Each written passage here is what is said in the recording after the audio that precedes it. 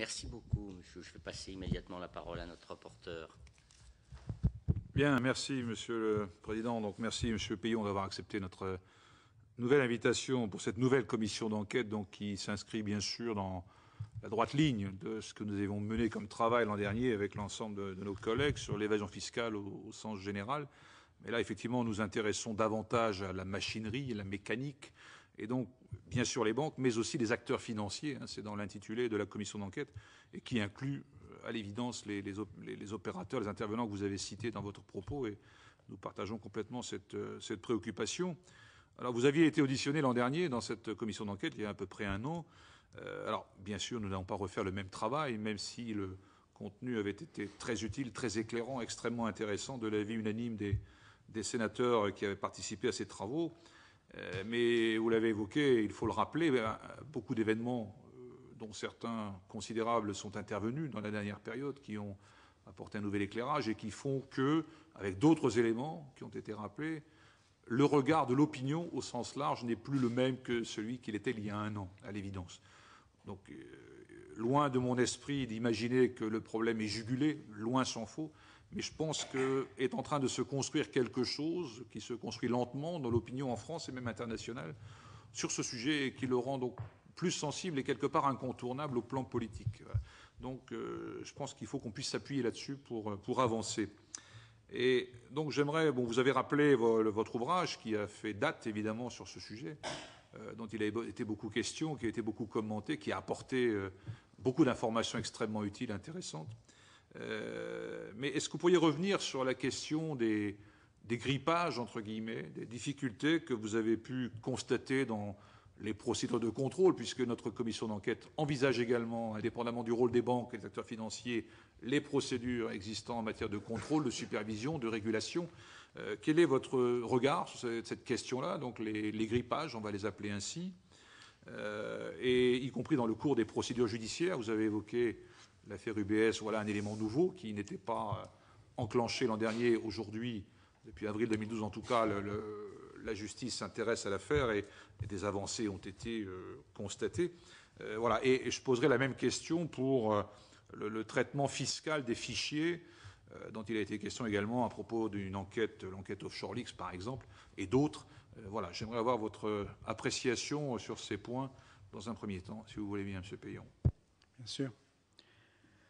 La question du contrôle, habituellement appelé dans la profession le contrôle prudentiel, qui est un contrôle institutionnalisé sous autorité de la Banque de France, premièrement à travers son bras armé qui est l'autorité de contrôle prudentiel, donc qui est chargée de vérifier la conformité des procédures bancaires et des assurances à la loi française, a présenté visiblement un dysfonctionnement, a manifesté un dysfonctionnement, au moins en tout cas dans l'affaire UBS. L'unanimité de mes sources, et notamment de mes sources internes, ont affirmé qu'elles ont tenté d'alerter cette autorité de contrôle prudentiel de la Banque de France très tôt après la découverte par eux-mêmes des délits qu'ils constataient dans leur propre banque. Ça a commencé à Strasbourg dès l'année 2008. Ça a été un échec pour le directeur de l'établissement UBS de Strasbourg. C'était le directeur lui-même qui, ayant constaté ça, souhaitait en faire part à l'autorité de contrôle prudentiel. Il n'a jamais eu accès à cette autorité de contrôle. Ça a été ensuite un groupement de cadres supérieurs à la tête duquel on peut dire que l'auditeur interne de l'époque, Nicolas Forissier, on peut aujourd'hui citer son nom, il est maintenant, ce qui n'était pas le cas il y a un an, il est maintenant bien connu, ont plusieurs fois alerté cette même autorité de contrôle prudentiel à Paris, y compris par des courriers. Et il a été nécessaire de multiplier par 3 ces courriers et surtout d'organiser quelques fuites dans la presse pour que cette autorité de contrôle prudentiel déclenche sa propre enquête, première chose, et deuxième chose, transmettre très rapidement au parquet de Paris, au procureur de Paris, les éléments qui lui étaient livrés, tout simplement, qui étaient suffisamment importants, graves et probants pour que ça ne puisse pas être retenu plus longtemps par l'autorité de contrôle prudentiel. Et donc il y a ce premier point, c'est il y a au moins 2 ans de perdu par cette autorité de contrôle prudentiel dans l'enquête, la vérification et éventuellement la sanction, puisque c'est un de ses pouvoirs, des malversations opérées au sein d'UBS. C'est extrêmement dommageable parce que ça a 2 conséquences lourdes immédiates. La première, c'est que dès qu'une direction d'une banque comme celle-ci comprend qu'il y a péril éventuel d'une enquête, d'un contrôle, eh bien, elle se livre tout simplement à la destruction de preuves. Elle se livre à ce qu'on appelle un nettoyage de l'ensemble de ces fichiers. Et avec une brutalité d'ailleurs qui fait qu'elle a même demandé à l'une de ses cadres, qui pourtant protestait contre l'évasion fiscale, de faire elle-même le nettoyage de ces fichiers. Il s'agit de Stéphanie Gibault, qui était la directrice des relations publiques de cette banque depuis sa création à Paris. Donc il y a eu d'abord ce nettoyage. Et puis la deuxième chose, c'est que les témoins potentiels, les cadres, qui étaient quand même une dizaine, qui n'acceptaient pas ces procédures illégales, eh bien ont tous, dans la même période, moment où ils ont signalé et moment où l'autorité de contrôle prudentiel s'est déclenchée, ils ont tous été sortis de la banque, licenciés. Et donc, en quelque sorte, un peu perdus comme témoins internes de ce qui s'y passait. Voilà un premier volet qui permet de s'interroger sur la vocation ou l'entrain réel de cette autorité de contrôle prudentiel, mais de toutes celles qui lui sont attachées sur le contrôle réel des banques et des assurances. Un événement tout récent, moi, m'interroge aussi, et on a interrogé d'autres, c'est la sanction de la banque UBS par cette même autorité de contrôle prudentiel à hauteur d'une amende de 10 millions d'euros. Alors évidemment, dans la poche d'un sénateur comme d'un journaliste, 10 millions d'euros, on se dit c'est énorme. Oui, je ne fais pas partie de ceux qui pensent que l'engagement en tant que parlementaire est fait pour faire fortune, mais que c'est un service à la nation et au peuple français. Donc voilà, pour vous répondre très clairement. Et donc ces 10 millions d'euros, eh bien, ils ont impressionné évidemment un certain nombre de personnes, mais toutes les personnes qui connaissent ont dit que ça aurait pu être largement le décuple, étant donné que le chiffrage minimum de ce qu'a représenté l'évasion fiscale organisée par UBS en France sur les quelques années dont je vous parlais tout à l'heure est d'au moins 850 millions d'euros. Alors une source mieux informée que celle que j'avais pu exploiter en France, une source suisse, m'a rectifié le chiffre il y a peu, m'a dit que c'était au moins 1 milliard d'euros. Donc quand on fait le rapport entre 10 millions d'euros d'amende par rapport à 1 milliard, pour faire gros, de bénéfices ou de chiffre d'affaires plutôt sur l'évasion fiscale, le rapport n'est pas si impressionnant que ça. Et puis il y a les attendus de la sanction qui permettent de penser que bon, il y a eu une négligence dans la vigilance, mais que tout ça, c'était à l'inconnu de leur plein gré. Et que, bon, ce qui ne tient pas la route une seule seconde par rapport à ce que j'en connais, et là-dessus je suis totalement catégorique, c'est-à-dire une organisation industrielle systématique et parfaitement contrôlée de l'évasion fiscale qui était, pour cette banque-là en tout cas, une activité cruciale, une activité quasiment première. Donc, là encore, même les quelques années où ça a commencé à chauffer d'un point de vue judiciaire et du point de vue de l'opinion publique, je vois une autorité de contrôle prudentiel que je juge, je me le permets, mais voilà, comme un observateur, que je trouve bien timide par rapport à la gravité du phénomène. Elle a le pouvoir de retirer la licence d'une banque. Elle a le pouvoir de décupler la sanction pécuniaire dont on parlait tout à l'heure. Et pour finir sur l'autorité de contrôle prudentiel, le président actuel d'UBS France, M. Deleuze, très récemment démissionné du Conseil d'État, où il a eu des fonctions très importantes, a immédiatement eu comme réflexe de dire qu'il allait faire appel, en quelque sorte, de cette décision de l'autorité de contrôle prudentiel auprès du Conseil d'État, où, à ma connaissance, il a encore d'excellentes relations, voire même, il y a en bloc, mais vous le savez, il y a un témoin qui connaît ça parfaitement bien, il y a dans l'ensemble des autorités de contrôle prudentiel de notre pays de nombreuses personnes issues des banques qui y travaillent parfois encore, y compris du BS France. Donc il y a une sorte de porosité très étrange, en tout cas au regard de la séparation des pouvoirs, entre le secteur financier et le secteur du contrôle du secteur financier, du contrôle public. Voilà, je finis donc sur ce point par rapport aux autorités de contrôle prudentiel. Et puis il y a le problème judiciaire. Vous le savez bien, et mon livre a été brutal, voire peut-être un peu excessivement brutal à l'endroit d'un magistrat, un vice-procureur. J'ai pris le risque, personne ne m'a démenti, de dénoncer le fait que, y compris au niveau du parquet, il y avait eu une sorte de lenteur ou de nonchalance et d'indifférence à ce qui avait été transmis en 2010 par justement l'autorité de contrôle prudentiel, mais sous la pression de divulgation dans la presse.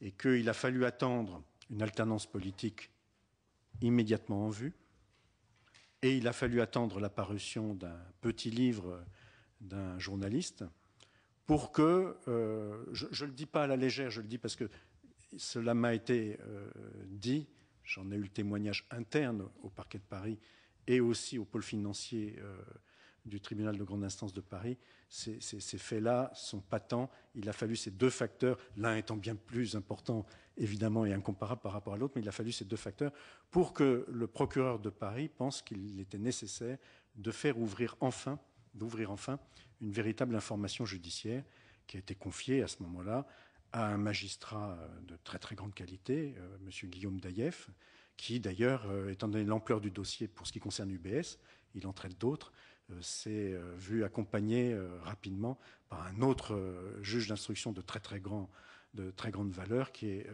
M. Serge Tournaire.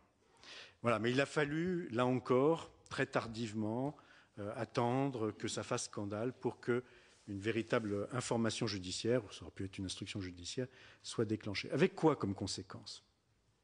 Et je crois être pas mal placé pour pouvoir vous l'affirmer. Bien, avec le fait que la récolte des preuves est devenue une mission quasi impossible. Là encore, du temps a passé. Là encore, des fichiers ont été écrasés. Il a fallu d'ailleurs, je crois savoir, et ça n'a pas été divulgué par la presse, qu'il y ait une perquisition spécifique à motif informatique conduite par M. Daillef pour constater non pas qu'on pouvait récupérer des fichiers, mais pour constater que des instruments informatiques avaient été manipulés dans l'objectif d'effacer des preuves. Donc c'est encore une fois une véritable, de mon point de vue un peu primaire, une véritable entrave à la justice, le fait que ça ait tardé. Et puis j'ai récolté, et j'ai pris le risque de le publier, et je n'ai jamais été démenti, j'ai pris le risque de considérer qu'il y avait des motifs à ces lenteurs, ces nonchalances, voire ces empêchements de laisser la justice passer sur ces affaires.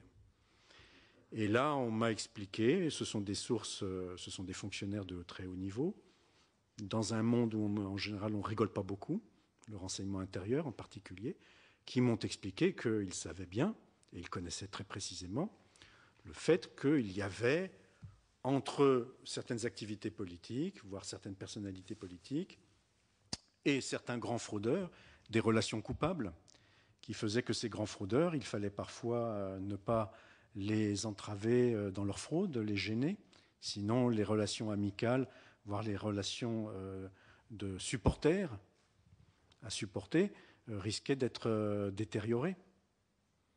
Voilà, j'ai pris le risque d'écrire ça en nommant assez précisément parce que c'était les faits, en tout cas ce qui m'était accessible, plutôt un camp politique et une personnalité politique éminente. Il s'agissait du précédent président de la République. Mais j'ai bien constaté depuis, et l'affaire Cahuzac nous a éclairé aussi cette année, qu'il y avait là des pratiques qui ne sont pas systématiques, qui ne sont pas forcément la représentation de la vie politique française, mais qui sont suffisamment lourdes pour avoir des conséquences judiciaires qui ont ensuite, en elles-mêmes, du fait de leur impuissance, de l'appareil judiciaire, des conséquences sur les pratiques d'évasion fiscale, qui sont en quelque sorte impunies. Les grippages, Je pense qu'on est dans un pays où on peut avoir une institution comme la Cour des comptes, qui, à ma connaissance, a dû terminer un rapport certainement très intéressant sur qu'est-ce qui, dans l'administration française, et notamment du côté du ministère des Finances, a pu, là aussi, représenter des gênes, voire des entraves à la connaissance du phénomène. Bon, qu'est-ce qu'il en sera du rapport de ces deux rapporteurs que je connais bien de la Cour des comptes, l'une étant d'ailleurs une ancienne magistrate, collègue de Guillaume Daillef. Je suis tout à fait prêt à vous donner... Ce rapport, excusez-moi, il doit sortir, enfin il doit paraître bientôt. Il est normalement promis à parution pour la rentrée prochaine, la rentrée scolaire prochaine, mais les personnes, enfin les rapporteurs m'avaient dit que après les vacances de Pâques de cette année, le travail avait fini de faire la navette, y compris dans les administrations, pour enrichissement, correction, avis des administrations. Il est terminé, ce rapport. Je regrette qu'une commission comme la vôtre n'ait pas eu un accès forcément immédiat ou naturel. Si vous nous indiquez qu'il paraîtra début septembre ou fin à la rentrée, notre commission sera encore saisie. C'est parfait. Donc on aura la possibilité d'y avoir accès. Mais effectivement, à ce jour, nous n'y avons pas eu accès. C'est également normal. Il n'est pas publié, c'est la Cour des comptes. Mais si vous dites que ce sera septembre, nous ne serons pas dessaisis à cette date. Et donc voilà, il y a quand même, je n'ai pas été le seul, et mes sources n'ont pas été les seules à s'interroger sur ces fameux grippages dont parlait monsieur le rapporteur tout à l'heure. Juste pour finir, tous ces grippages, et c'est un peu la question maintenant de quelle méthode utiliser pour lutter contre. Tous ces grippages montrent bien que même quand la justice agit, même quand le contrôle agit, il est en retard. C'est pas des métros, là. Ce sont des trains de marchandises qui peuvent faire toute la ligne PLM. Voilà, ils sont en retard. Le travail judiciaire et le travail de contrôle est en retard souvent de plusieurs années par rapport au fait même des fraudes. Et que ça laisse tout loisir aux fraudeurs de naviguer en permanence de paradis fiscaux en paradis fiscaux, d'effacer des traces de sorte à ce que les fraudes soient invisibles, soient complètement occultées aux yeux de ceux qui souhaiteraient les réprimer ou les arrêter. J'ai eu, de ce point de vue-là, la chance d'avoir été invité à l'automne dernier à l'École nationale de la magistrature par un magistrat qui, à mon avis, sur le sujet est passionnant, c'est le juge Charles Prats. Et il y avait dans la session de formation, c'était une session de formation, il y avait une bonne quarantaine de personnes, procureurs, y compris des dom-tom, juges d'instruction, policiers de haut niveau, et qui tous ont raconté la même chose, et c'était très vif comme propos, parce qu'ils étaient assez énervés les uns les autres, c'est qu'ils n'ont jamais aucun résultat sur le front de la fraude fiscale. Pour deux raisons. Primo, ce que je viens de vous indiquer, les lenteurs. Deuxième chose, que notre loi n'est pas formatée pour réprimer la fraude fiscale. Alors ils rusent avec la fameuse formule du blanchiment. Mais vous imaginez que d'abord il faut qu'il y ait blanchiment. Puis deuxième chose, voilà, de toute façon, y compris les peines, sont tellement minimes par rapport au forfait quand il y a condamnation que même des fraudeurs pris en flagrant délit, et je vous prie de m'excuser pour ça, mais un très grand fraudeur, en tout cas par rapport aux responsabilités politiques qu'il a eues jusqu'à il n'y a pas très longtemps, peuvent se permettre, et il y en avait même encore un autre à la télévision hier soir, paraît-il sur France 2, peuvent se permettre une arrogance qui fait injure, mais ils ne risquent rien, qui fait injure à la démocratie et à la République. Mais c'est un propos déjà un peu engagé qui est mon sentiment. Voilà sur les grippages. Monsieur le rapporteur. Oui, toujours pour élargir le propos au-delà des banques, des acteurs financiers, est-ce que vous pourriez, dans la mesure où vous en avez des éléments d'information là-dessus, détailler l'organisation financière des entreprises dites non financières, qui sont aussi des acteurs importants sur le sujet? Est-ce que vous aurez des éléments explicatifs, illustratifs sur ce sujet? Les éléments que j'ai, monsieur le rapporteur, c'est le récit, c'est une sorte de récit qui m'a été fait par, vous l'avez auditionné donc par Pierre Condamin-Gerbier le 29 mai dernier, sur le début de sa carrière et comment il commence au milieu des années 90 à être au service de grandes familles armateur, grande famille commerciale, hein, de commerce sur la Méditerranée, et comment rapidement ces familles lui demandent de participer au montage de structures financières et bancaires, notamment Jersey, dans les paradis fiscaux dépendant de la couronne britannique. Et il nous a bien expliqué très longuement comment il y a une sorte de deuxième activité dans laquelle l'expertise est très rapidement mobilisée, parce qu'ils ont les moyens, du fait des chiffres d'affaires formidables qu'ils font dans le commerce, de mobiliser des cabinets d'experts, des avocats, beaucoup des avocats, profession d'avocat notamment. Il y a une dizaine de cabinets parisiens qui sont vraiment très très performants en la matière, leur permettent de faire des montages, tout simplement de créer des sociétés bancaires. Et on ne crée pas des sociétés bancaires aussi facilement à tel ou tel endroit. En Suisse, étant donné votre honorabilité, vous n'auriez pas de difficulté à faire rapidement une banque. Ce n'est pas difficile de monter une banque. Et donc on fait une banque avec tous les avantages, maintenant quelques inconvénients depuis peu d'années, mais tous les avantages que ça comportait, c'est-à-dire des comptabilités hors contrôle en quelque sorte, en tout cas dans certains pays, dont la Suisse. Voilà, j'ai eu le récit précis de ça. Ce que j'en ai retiré, c'est qu'il y avait pour ces sociétés, mais attachées parfois à des familles, mais c'est souvent le cas dans les grandes affaires industrielles, y compris de notre pays, il y avait la mobilisation de nombreux experts et que les chiffres d'affaires et les résultats permettaient de mobiliser des expertises très, très étoffées. Très étoffées. Alors le détail après, les cabinets d'avocats, je ne vais pas les citer, les enquêtes sont en cours, mais nous avons, oui, il y a des experts en la matière. Je pense qu'un avocat très très proche d'un ancien ministre, un assez ancien ministre, qui a encore défrayé la chronique jusqu'à hier soir sur France 2, fait partie de ce monde des avocats spécialisés dans les montages offshore non déclarés. Ils sont experts sur Singapour, maintenant sur Hong Kong. Voilà, tout ça n'est pas d'ailleurs si difficile que ça, mais il y a ces montages. Je ne vous réponds peut-être pas assez précisément, monsieur le rapporteur, sur le sujet. C'est parce qu'il n'y a parfois pas tant de complications que ça. Je vous décris une chose très simple. En 2005, mais c'est resté valable, je pense, jusqu'à il y a à peine 2 ans, la gestion des avoirs non déclarés par la banque UBS, à Genève en tout cas, mais je crois que c'était valable à Bâle, à Zurich et à Lausanne, se faisait dans des boîtes en bois et avec des fiches cartonnées et un système informatique qui était in fine articulé à ces données strictement matérielles, papier, et donc facile à détruire, comme d'ailleurs les carnets du lait pour les comptabilités de récolte sur les pays étrangers. Dans une première boîte, les boîtes sont chaque gestionnaire, chaque conseiller financier, on appelle ça des chargés d'affaires. À Genève, ils étaient une bonne cinquantaine au 4e étage du siège d'UBS, à 2 boîtes. Dans une première boîte, il y a le nom réel du client et son pseudonyme. Et dans la deuxième boîte, il y a le pseudonyme et le numéro du compte, le numéro informatique du compte. Quand on veut gérer les affaires de telle ou telle personne, ou de telle ou telle personne morale, eh bien, d'abord, on connaît ses clients. Chaque chargé d'affaires a environ 500, 400, 300, 400, 500 gros clients.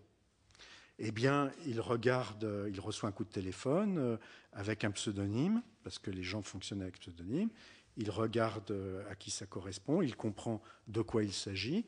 Il se rapporte au numéro des comptes qui sont gérés pour ces personnes et il rentre à ce moment-là dans le système informatique qui, lui, ne connaît que des numéros. Voilà. C'est comme ça que fonctionne de façon très artisanale, d'où d'ailleurs toute la terminologie pastorale de nos amis suisses, sur carnet du lait, fichier vache. C'est que quelque part, c'est très, très, très prosaïque et très matérialisé, mais très destructible. Parce que autant les banques de données informatiques, les serveurs, tout ça, si on n'est pas informaticien, on peut laisser traîner des choses. Autant détruire des petites fiches cartonnées, faire ce nettoyage des archives papier, ça n'est pas si difficile que ça. Voilà, donc les pare-feux, pare-feux, les antichambres qui permettent de cloisonner sont parfois extrêmement rudimentaires, sont souvent extrêmement rudimentaires. Merci, monsieur. Nous allons passer à des questions de collègues. Une petite précision. Nous avons évidemment été très intéressés par l'audition de monsieur Condamin-Cherpier, que apparemment vous avez rencontré depuis. On est un peu resté sur notre faim. Est-ce qu'il vous a donné des précisions sur les techniques, des chiffres, des noms, qu'il ne nous a pas donné à nous, éventuellement? Monsieur le Président, j'ai déjà répondu à cette question et je le referai donc très sincèrement. Le motif, c'est une source que j'ai fréquentée plusieurs fois. Et le motif de la rencontre très extensive et très précise du 29 mai dernier à Genève, où j'étais accompagné par des confrères, mais je leur laisse le soin de le dire eux-mêmes, avait pour motif de le protéger finalement, première chose, et donc avait comme besoin qu'ils nous disent le maximum de choses et les plus précises possibles. Et donc il nous a effectivement donné un certain nombre, une quinzaine de noms de personnalités politiques, par exemple, parce qu'il nous affirmait qu'il avait été le témoin direct de l'organisation de l'évasion fiscale de ces personnalités, au cours de toute sa carrière, pas seulement par UBS, pas seulement par la Banque Rail, principalement quand même par ces deux banques. Il nous a donné, de ce point de vue-là, beaucoup d'informations très précises, oui, parfois des montants, les noms des banques concernées, les procédures utilisées, les motifs éventuels, parce qu'ils sont différents selon les personnes. Oui, nous avons eu ce genre de précision qui, pour tout vous dire, n'était qu'une minuscule partie de l'ensemble de ce qu'il nous a raconté. Je peux vous dire une chose, c'est que le conseil lui a été donné, et j'ai fait partie de ceux qui lui ont donné ce conseil, qu'il réserve tout ça au juge d'instruction, qu'il l'aille, parce que je ne me sens pas en tant que journaliste la capacité de vérifier ce genre d'informations, même sur la base de documents qu'il aurait pu me donner. Je pense qu'on arrive dans des choses tellement sensibles, qui intéressent tellement le public, que seul un juge d'instruction et des services de police ont les moyens d'avoir des certitudes en la matière. Je crois savoir, je sais même, que cette procédure judiciaire, aujourd'hui même, a été mise en œuvre. Et je considère donc qu'il y a un certain sérieux dans la démarche de cette source, que je ne connais pas absolument, mais qui, en tout cas sur les choses que je connais, et notamment sur la banque UBS, a toujours été très précise, parfaitement fiable et très certaine. C'est très intéressant ce que vous venez de nous dire. Est-ce qu'il y a des noms d'anciens ministres et de ministres actuels? C'est le cas, Monsieur le Président. Je vous remercie. Oui, merci, Monsieur le Président. Oui, Monsieur Peillon, nous sommes donc dans une deuxième série d'auditions plus focalisées sur les banques. Mais finalement, on a un peu de difficulté parce que le sujet est en fait cyclique et on a du mal à s'arrêter uniquement aux banques. Il se trouve que la semaine prochaine, nous avons un texte sur la transparence de la vie publique, pas seulement de la vie politique, mais de la vie publique, pour lequel la Commission des lois commence à travailler demain. Un certain nombre d'entre nous ont déjà travaillé évidemment sur ce sujet. Et puis la semaine d'après, nous avons un texte sur l'évasion fiscale. Et donc, on est dans le nœud gordien de nos affaires et le constat n'est plus suffisant. C'est-à-dire que là, on a vraiment une opportunité qui ne se reproduira pas parce que ce texte est en procédure accélérée, donc il y aura une lecture dans chaque chambre. Donc moi, j'ai envie de vous demander d'abord quelques préconisations claires sur lesquelles on peut, dans les semaines qui viennent, déposer des amendements. Pas dans 3 mois, pas dans 6 mois, pas dans 1 an. Ça vient après le 14 juillet. Hein, donc là, c'est tout de suite. Alors on a évidemment quelques idées liées évidemment au travail qu'on a fait. Donc ça, c'est la première chose. Des choses claires et qui peuvent être immédiatement transposables dans notre droit positif. La deuxième chose, c'est un avis. Dans le cadre de la précédente commission d'infraction, enfin sur l'évasion fiscale, j'avais posé une question un peu iconoclaste. J'avais quand même le sentiment qu'entre Tracfin, l'autorité prudentielle et la commission d'infraction fiscale qui est à Bercy, non seulement ces gens ne coordonnaient pas, non seulement ils n'avaient pas de retour de leur travail ni d'évaluation, Mais plus grave, c'est qu'ils étaient parfaitement contents de leur sort. C'est-à-dire que chacun était saucissonné dans sa tâche et trouvait ça très bien. Chacun étant limité, notamment Tracfin était très content, même s'il n'y avait pas de retour. Ils envoient des déclarations de soupçons, puis après, advienne que pourra, c'est pas grave. Bon, la commission d'infraction fiscale, contre laquelle nous sommes un certain nombre d'entre nous ici à avoir une opinion pas forcément favorable quant à son existence et sa survie. Donc, qu'est-ce que vous en pensez? Parce que il y a là une passoire et un tri qui semble quand même tout à fait en dehors du droit commun, c'est-à-dire que des gens passent et négocient dans le cadre de cette commission, qui évidemment n'est pas saisie d'un certain nombre d'arbitrages qui mériteraient quand même qu'on s'y intéresse. Donc tout ça pour vous poser, donc évidemment il y aurait beaucoup d'autres questions. La première, c'est comment coordonner le système existant, par exemple, entre l'autorité prudentielle que vous avez citée comme ayant été défaillante, le texte à venir peut-il repousser et améliorer son fonctionnement, notamment en instaurant des critères de temps et pour les décisions et d'autres moyens de police, si j'ose dire. La deuxième chose, que pensez-vous de la commission d'infraction fiscale ? La troisième, et celle que je vous posais initialement, est-ce que vous avez quelques préconisations? J'en aurais fini en vous disant simplement que le texte sur la transparence, mais l'autre aussi, prévoit une protection des donneurs d'alerte. Et ça, je crois que c'est quand même une très bonne chose. L'article 17 comporte tout un tas de dispositions sur la protection du donneur d'alerte. Donc je pense que ça, vous pensez que c'est une bonne idée, qu'il faut, à mon sens, équilibrer. Parce que si le donneur d'alerte doit être protégé, en aucune façon, ça peut être un champ ouvert à la délation. Donc il faut un équilibre qui soit un équilibre raisonnable. Merci. Alors, votre réponse, Monsieur Peillon, en particulier, si j'ai bien compris, sur la CIF. Oui, mais pas seulement, peut-être. Oui. Effectivement, j'ai eu la chance de pouvoir participer d'assez près à l'élaboration d'abord d'une proposition de loi, puisque au départ, monsieur le député Yann Galut était parti dès le début janvier sur l'idée d'une éventuelle proposition de loi. Il était dans son groupe de travail mal nommé sur les exilés fiscaux, sur l'exil fiscal. Il avait très vite compris qu'il s'agissait plutôt d'évasion fiscale. Et il m'avait demandé est-ce que mes sources ont accepté, toutes mes sources les plus importantes en France, il m'avait demandé de l'aider à trouver des experts en la matière. Donc j'ai pu voir l'élaboration des différents dispositifs, et y compris ensuite du projet de loi.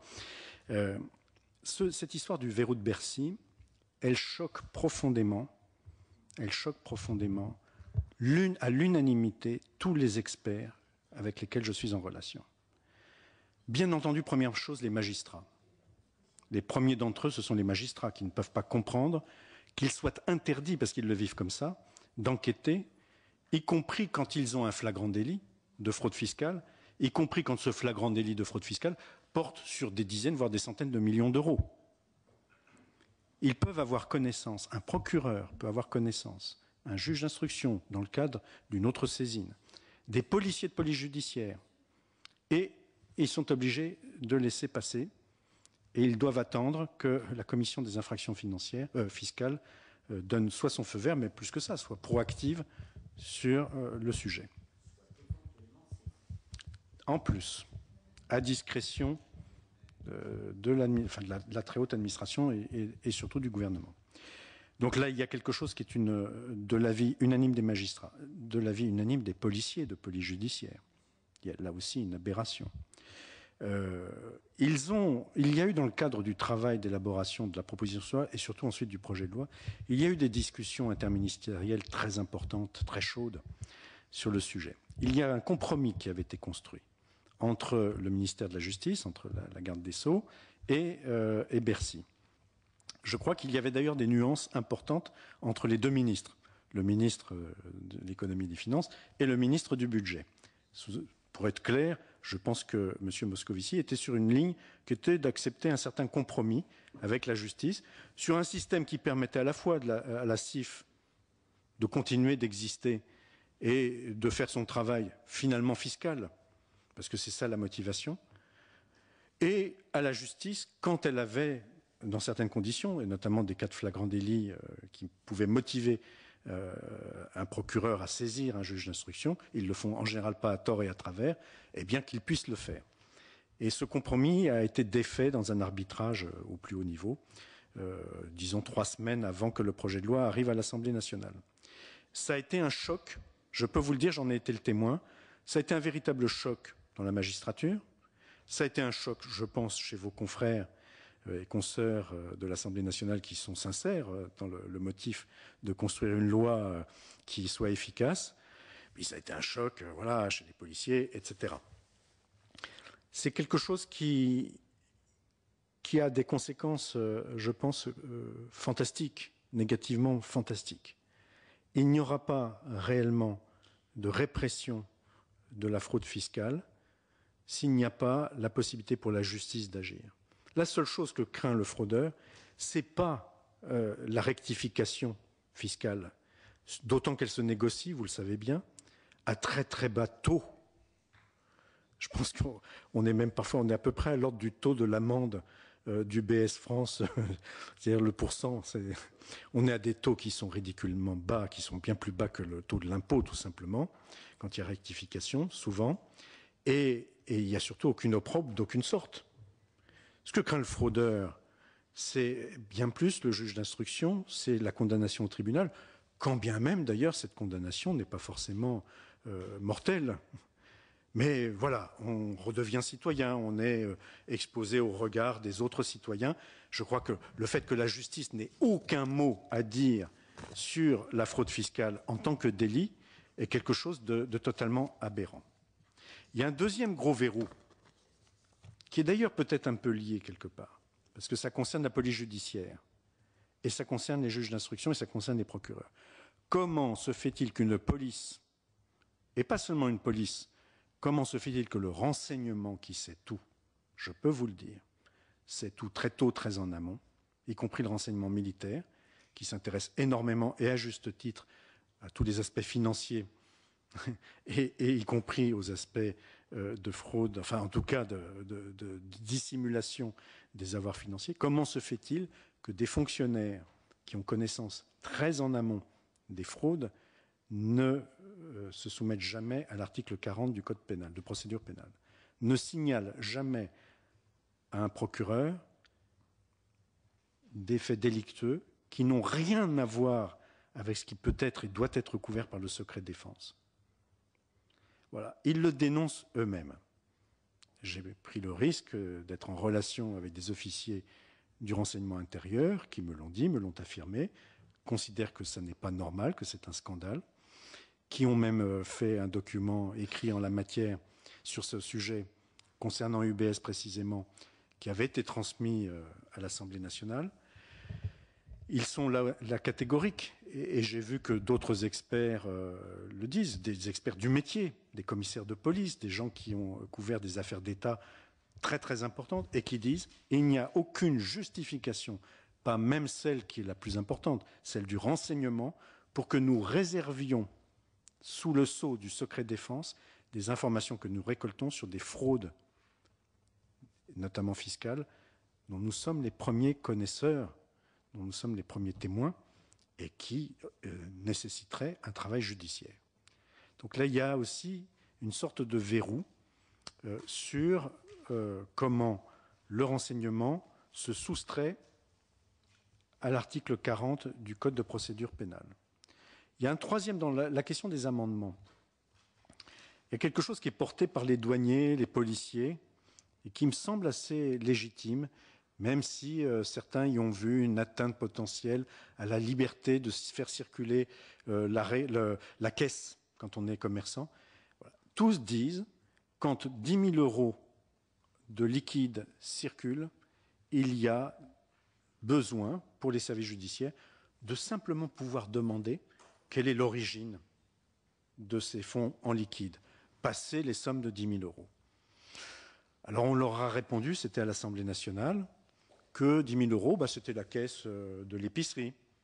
Et que exposer l'épicière qui porte ses 10 000 euros à la banque à un éventuel contrôle pour qu'elle puisse répondre à la question mais d'où vous viennent ces 10 000 euros et qu'elle ait à perdre du temps à dire j'ai vendu des carambars, des carottes et des choux. Voilà, je pense que ça n'est pas sérieux. Je prends très au sérieux l'expérience de policiers et de douaniers parfaitement républicains, parfaitement respectueux des libertés publiques et qui disent pour nous, ça serait un outil extraordinaire de lutte contre la fraude fiscale, notamment internationale, de pouvoir demander quelle est l'origine de fonds en liquide à partir d'une certaine somme. C'est valable sur l'or, vous le savez. La circulation de l'or est soustraite totalement, quelle que soit sa quantité, son montant, à des perquisitions, à des interrogations judiciaires. Il y a quelque chose là qui est aberrant.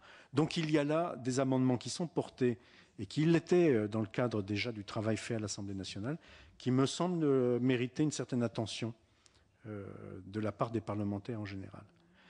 Et puis pour finir, les lanceurs d'alerte, je crois que le dispositif là qui a été proposé est bon. Il est satisfaisant au regard des experts que je connais et des lanceurs d'alerte puisqu'ils vont enfin voir ce statut, qui était tout simplement mes sources, qui ont pris tous les risques. Je dirais juste une petite chose. Il faut bien entendu l'équilibre qui fait qu'il n'y a pas de dénonciation gratuite. Et je crois que là, en la matière, ce n'est pas difficile de trouver les bonnes dispositions. Je dirais que dans certains cas, quand des lanceurs d'alerte le font totalement gratuitement, et pour des motifs qui sont des motifs moraux, voire des motifs civiques, parce que j'ai beaucoup rencontré ça, il y aurait, et ce n'est pas forcément pécuniaire, il serait peut-être pas mal de prévoir une reconnaissance de la République. Ils y sont tous très sensibles. Je peux vous dire que l'Ordre national du mérite, j'en ai entendu parler à titre fantasmatique pour ces malheureux lanceurs d'alerte. Mais eux, quand ils font ce qu'ils font, à leurs risques et périls, et ils sont parfois considérables, eh bien, notre drapeau, le blanc-rouge, notre devise républicaine, la médaille de guerre du grand-père ou de la grand-mère, des souvenirs de ce qu'ils ont appris à l'école en instruction civique, ça n'est pas de la blague. Ça, je peux vous le dire, j'en ai été très impressionné, et que ce soit dans les sources du secteur privé, et que ce soit dans les sources, évidemment, du secteur public, les fonctionnaires. Donc il y a ça. Dernier point, il y a les repentis, la question des repentis, qui est une question difficile. D'autres pays que le nôtre ont une pratique, alors sur des affaires certes criminelles, mais les experts en matière de très grande fraude fiscale vous expliqueront que ça a souvent lien avec les affaires criminelles. Quid de celui ou de celle qui a fauté parce que c'était le système, parce que c'était une autre époque. Les années 2000, ce n'est pas les années 2010. En enjeu, y compris en enjeu pour la société. Et je sais qu'il y a un certain nombre de banquiers qui ont fait ces choses-là et qui aujourd'hui sont déterminés à dire la vérité. Bon, vous en avez auditionné un. Je ne sais pas à quel degré, ça ne sera pas à moi de le dire, il a participé au système. Mais il prend des risques. Il y en a un autre, et c'est passé très inaperçu, c'était dommage, le journal Le Temps, ma consoeur correspondante du Temps ici à Paris, Catherine Dubouloz, a publié les confessions, c'est le titre de son article, d'un banquier suisse en Suisse, qui raconte dans le détail comment il opérait sur le territoire français la récolte de l'évasion fiscale. C'est un témoignage qui, à mon avis, est aussi extraordinaire que celui de Pierre Condamin-Gerbier, mais aux risques et périls. Alors là, c'est un Suisse, aux risques et périls de cette personne.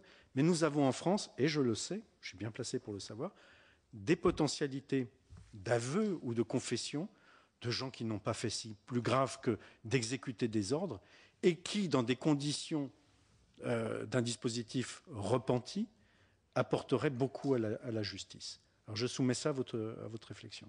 Merci, monsieur. Avant que peut-être une petite précision soit demandée tout à l'heure, je vais passer la parole à Madame Bouchou, qui a une question à vous poser, puis après à notre collègue Chiron, et après, si la réponse n'est pas apportée à la petite question, dernière petite question, Madame Goulet, on lui redonnera la parole. Monsieur Payon, merci de revenir pour la saison 2 de notre mission. Moi, j'ai une question extrêmement terre-à-terre à vous poser. Vous l'avez dit il y a un instant, en fait, on a changé d'époque. Ce qui il y a 20 ans était un usage qui allait de pair avec une certaine réussite, je mets des guillemets, qui souvent se conjuguait avec de l'évasion et un compte à l'étranger, est devenu plus problématique il y a une dizaine d'années et de nos jours est devenu un problème majeur. Est-ce que vous ne pensez pas que pour aider à tourner une page, ce serait le plus simple, serait que collectivement, cette dizaine ou quinzaine de personnes que vous avez potentiellement évoquées tout à l'heure fassent un coming out et reconnaissent que les temps ont changé et que aille de pair entre, on va dire, une prise de parole publique de ces banquiers, de ces magistrats qui se plaignent beaucoup du système, de ces policiers, qu'il y ait aussi, je pense, à ces sportifs de haut niveau, à ces politiques, il faut appeler un chat, qui puissent peut-être reconnaître que le vent a tourné et qu'il faut faire quelque chose. Que pensez-vous de cette idée ? Écoutez, moralement, je me sens proche de votre proposition. Après, il faut regarder les choses comme elles sont. Les personnes qui font ça, elles sont dans une gestion très très rationnelle de leurs intérêts. Et très franchement, aujourd'hui, ça serait tout perdre pour rien, ou presque rien, pas même la reconnaissance de qui que ce soit. Et je vous le redis, j'ai vraiment le sentiment, mais je crois que la preuve commence d'en être apportée, que même quand on fait ses aveux, bien orchestrés médiatiquement avant d'entrer dans un cabinet d'un juge d'instruction, on ne paye rien. Et je crois que le seul vrai motif, malheureusement nous ne sommes pas encore au 7e millénaire, le seul vrai motif qui fera que des fraudeurs avoueront leur fraude, c'est qu'ils paieront moins en avouant qu'ils ne paieront si ils n'ont pas avoué. C'est tout. Je suis désolé, mais je crois qu'en la matière, ce n'est pas mon tempérament, croyez-le, mais je crois que le bâton, c'est important. On a besoin d'un système judiciaire fort. L'État doit être fort. Il ne faut pas... je rêve, comme je crois beaucoup d'autres, qu'un jour nous n'aurons pas besoin de l'autorité publique au sens de la répression et que seule l'éducation suffira. Nous n'y sommes pas tout à fait encore. Et donc nous avons besoin d'un État fort et d'un système judiciaire fort parce qu'il est aujourd'hui tellement faible, ça en revanche je l'ai constaté, que tous les autres forts, et ils ne sont parfois pas si forts que ça, règnent en maître. Voilà, les juges, ils en rigolent. Je vais vous dire une chose, je suis informé quasiment quotidiennement de ce qui se passe à l'intérieur de la banque UBS France. Voilà, au plus haut niveau. Des gens qui sont tout proches du président. Depuis que j'ai publié ce livre, il a été nommé président de cette banque juste après la publication de mon livre. C'est un cadeau. Je ne suis pas tout à fait sûr que ce soit complètement un hasard. Il rigole en permanence. Je prends le risque de dire que je pense qu'il se moque du monde. Je pense que toutes ces déclarations, y compris les plus récentes, sont des pieds de nez à la justice, à l'information, quand elle est bonne, et souvent aujourd'hui je trouve que les médias font bien leur boulot, de nombreux titres de presse et de l'audiovisuel. Tout ça, ils s'en moquent. Ils payent des fortunes des cabinets d'avocats, des cabinets d'enquête privés, des conseillers américains, et ils bâtissent des grandes stratégies de communication dont ils pensent que rien ne leur résistera. Ni les petits juges, ni les petits journalistes, ni voilà. C'est ça la mentalité, quand même, du monde à la fois des fraudeurs et de ceux qui les servent. Merci, Monsieur Chiron. Oui, Monsieur Payon, je voudrais justement évoquer cette fonction à la fois de journaliste et de l'opinion publique. Lorsqu'on avait été à Bruxelles ensemble, on avait évoqué devant des personnes de la commission de Bruxelles la possibilité de faire de la communication vis-à-vis de l'opinion publique. Moi, j'ai été assez frappé, tant en Belgique qu'en de certains cantons suisses, que quand l'opinion publique comprend qu'elle est, elle, imposée fiscalement, normalement, et que ceux qui fraudent viennent se réfugier chez elle et sont imposés anormalement.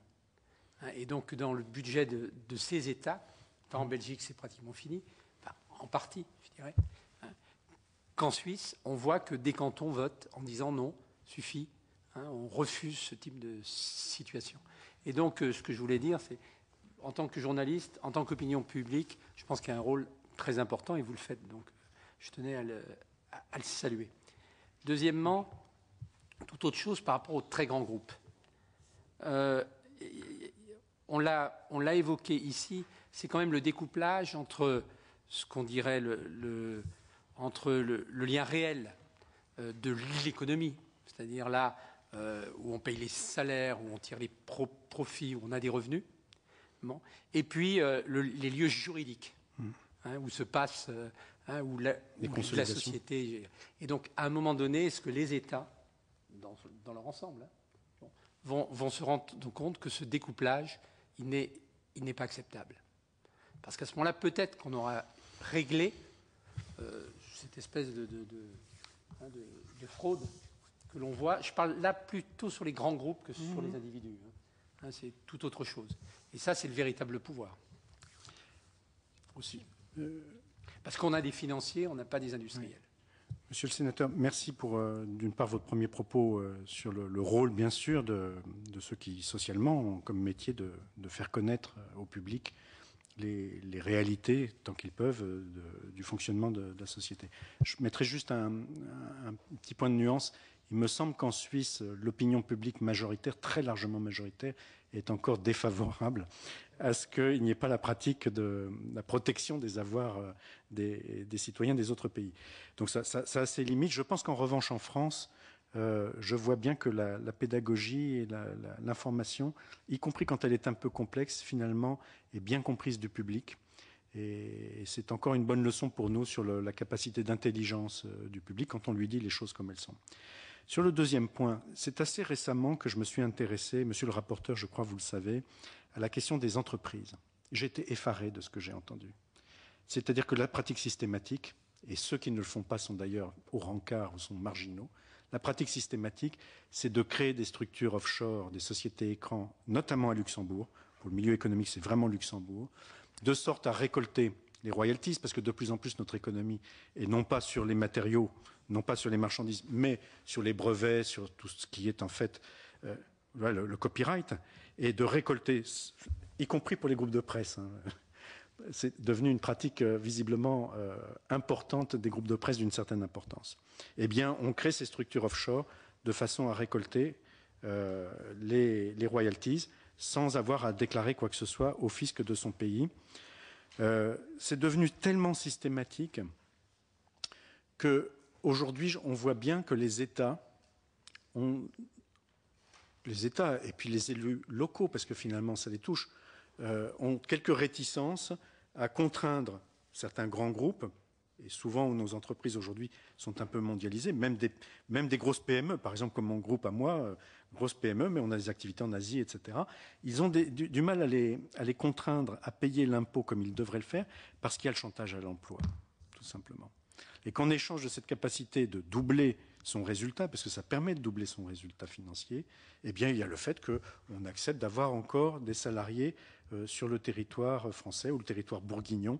Je pense que dans un reportage diffusé par France 2, encore une fois, il n'y a pas très longtemps, il était très clair qu'un grand groupe de distribution de produits culturels mondial, ayant une implantation en Bourgogne, bénéficiait à la fois de subventions, du salut, bien entendu, de la grande personnalité politique à qui je n'ai aucun reproche à faire, hein, qui avait organisé la chose, et que par ailleurs, l'impôt, c'était tout à fait accessoire. Voilà, là encore, comme la réponse tout à l'heure, je pense qu'on ne peut pas être naïf et ne pas voir qu'il y a un rapport de force aujourd'hui très très défavorable de toute la puissance publique vis-à-vis de puissance publique, de puissance privée, qui ne sont pas toujours des grands groupes internationaux, mais qui aujourd'hui font la loi parce que, tout simplement, c'est eux qui créent des emplois ou qui défont des emplois. C'est ce que je constate partout. En tout cas, une chose que je peux vous assurer, c'est qu'aujourd'hui, il est devenu la normalité économique et d'avoir, entre autres, des structures offshore non déclarées. Notre rapporteur va reprendre la discussion.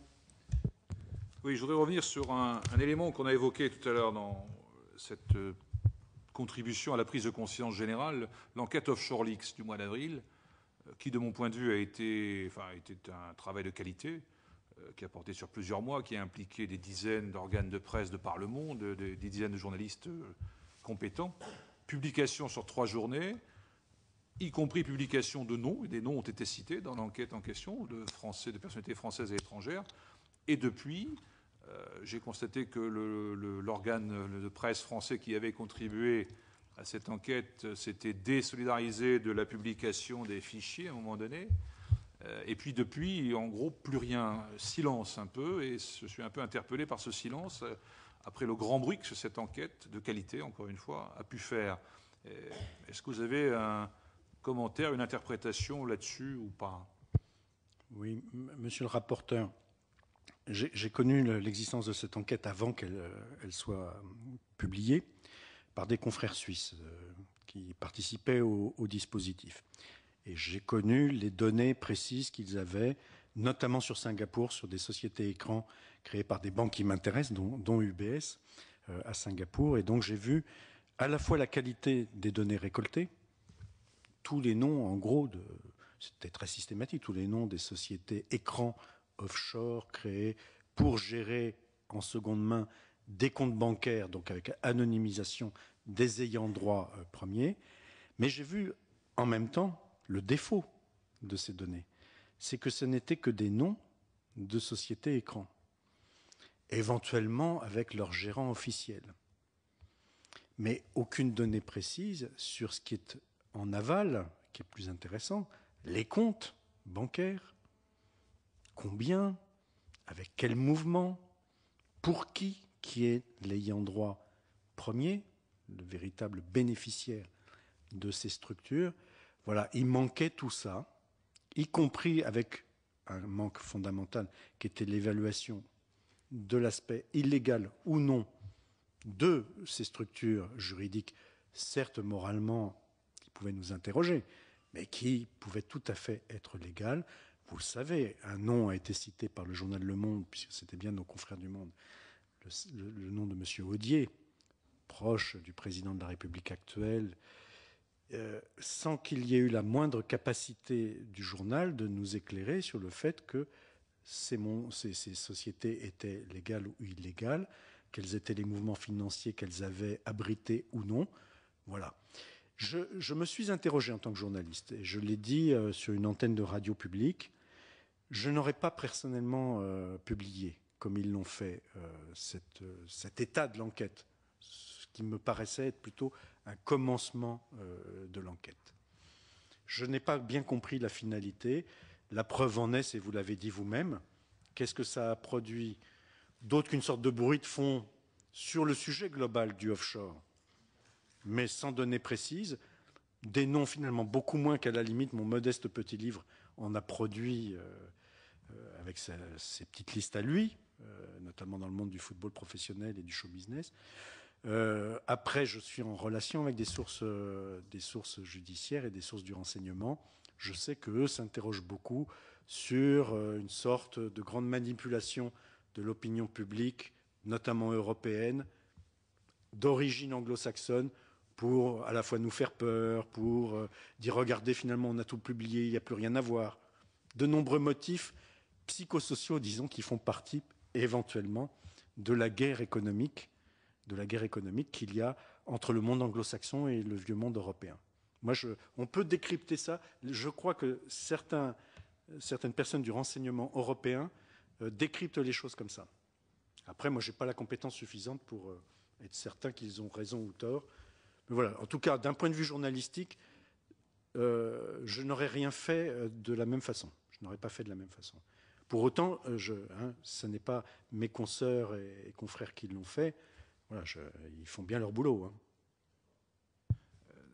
Dernière question concernant les sources que vous avez citées au niveau du renseignement, des services d'enquête, et j'ai en tête la démarche dont il a été question dans la presse de la DCRI il y a quelques semaines ou mois, qui ont remis, je crois, une note, un document à nos collègues députés à l'Assemblée nationale.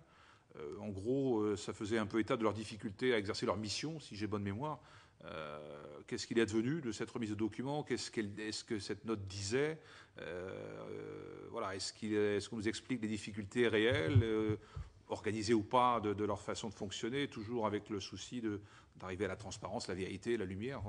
Est-ce que vous avez des éléments là-dessus? Oui, bien sûr. Les deux, parce que j'avais connaissance très précise. J'ai d'ailleurs publié dans La Croix un article assez modeste mais substantiel sur le sujet. Il y avait deux grands axes. D'abord, c'était une note double. Il y a une note d'analyse de tous les services de police et de leur manque d'articulation et de moyens sur la répression de la fraude fiscale en général. Donc ça débordait largement la question du renseignement. Puis il y avait une note particulière, très brève, très dense, sur le fiasco, on peut appeler ça comme ça, ou le défaut d'action judiciaire sur la question du BS, alors qu'ils disaient, ces officiers, qu'ils avaient eu connaissance eux-mêmes très tôt des délits. Et ils se plaignaient, primo, qu'on les empêche, sous prétexte de secret défense, de transmettre au judiciaire, d'activer l'article 40. Ils n'en voient pas le motif. Ce sont des officiers de renseignement, ce n'est pas des policiers de police judiciaire, même si dans leur carrière, certains ont pu avoir des carrières judiciaires. Donc, ils disaient qu'il n'y a pas de motif sérieux de les couvrir sur ces faits-là par le secret défense. Ils s'en offusquent. Et la deuxième chose, c'est ils affirment qu'il y avait pour ça des motifs, le fait qu'on les empêche de transmettre au judiciaire, voire de continuer d'enquêter. Il y avait des motifs politiques. Il y avait des motifs, dont je vous ai parlé tout à l'heure, de protection de certains clans politiques. Ils l'écrivent noir sur blanc. Vous imaginez bien que ça a fait scandale, notamment à l'Assemblée nationale. Je pense que certains députés qui sont en protection de nos institutions policières sont montés au créneau pour dire que j'avais été moi-même l'auteur de cette note, qu'elle était le fait d'un fantaisiste, que, bon, tout ça a fait qu'on commençait même dans un certain journal à désigner des sources, précisément, presque personnellement. Eh bien, ces officiers ont décidé que ça devait arriver aussi là, sur le bureau des juges d'instruction. Et je sais que la fameuse note a été saisie, a été reçue par deux juges d'instruction, qu'elle les a beaucoup intéressés et que les sources policières qui les portaient ont été vues au moins 2 fois par les 10 juges d'instruction.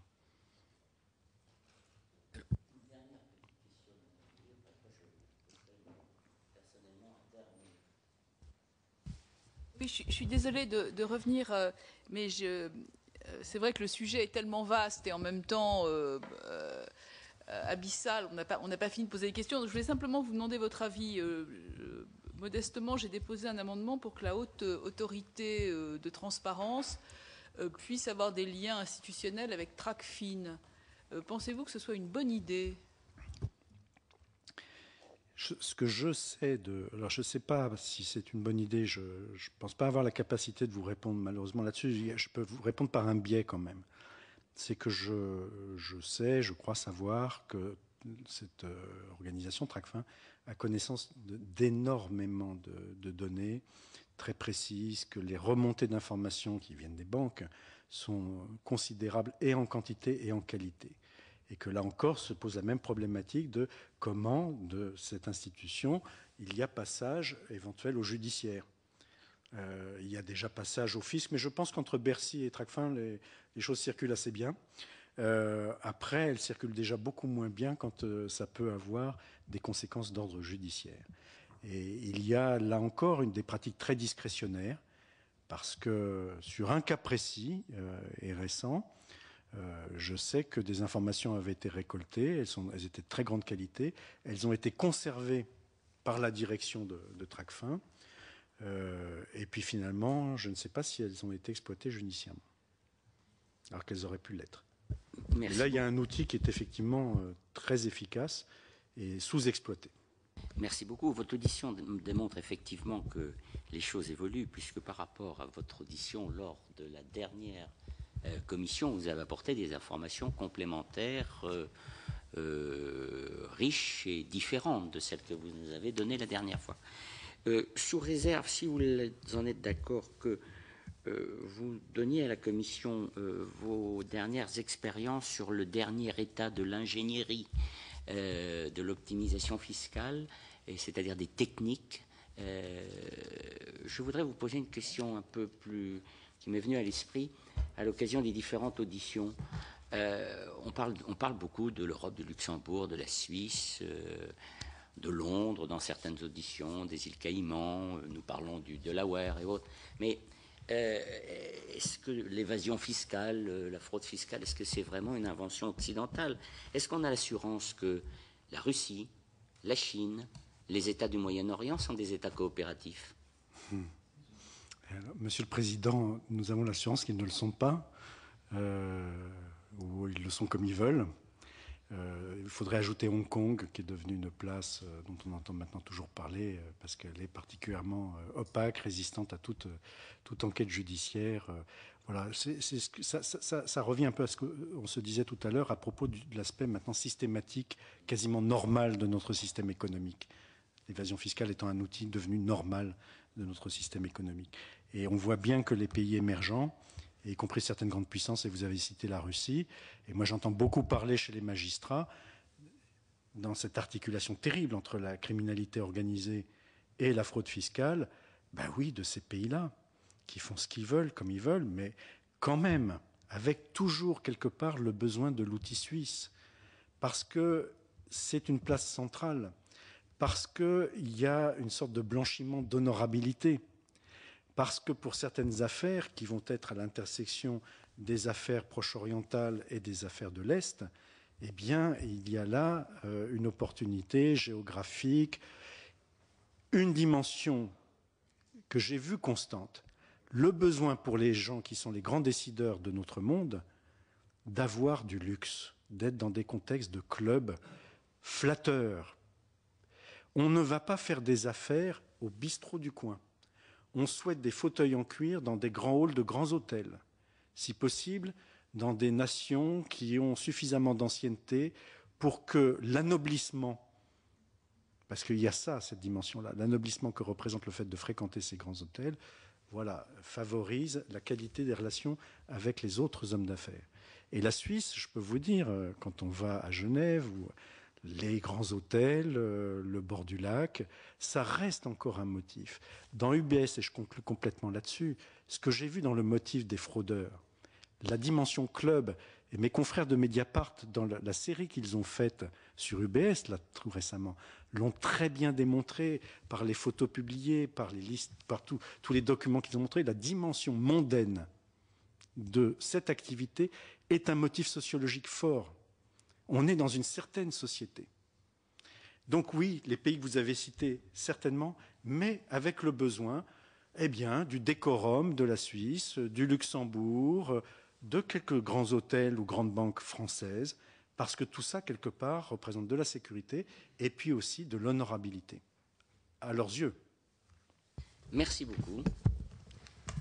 Merci. Merci beaucoup. Intéressant. Très.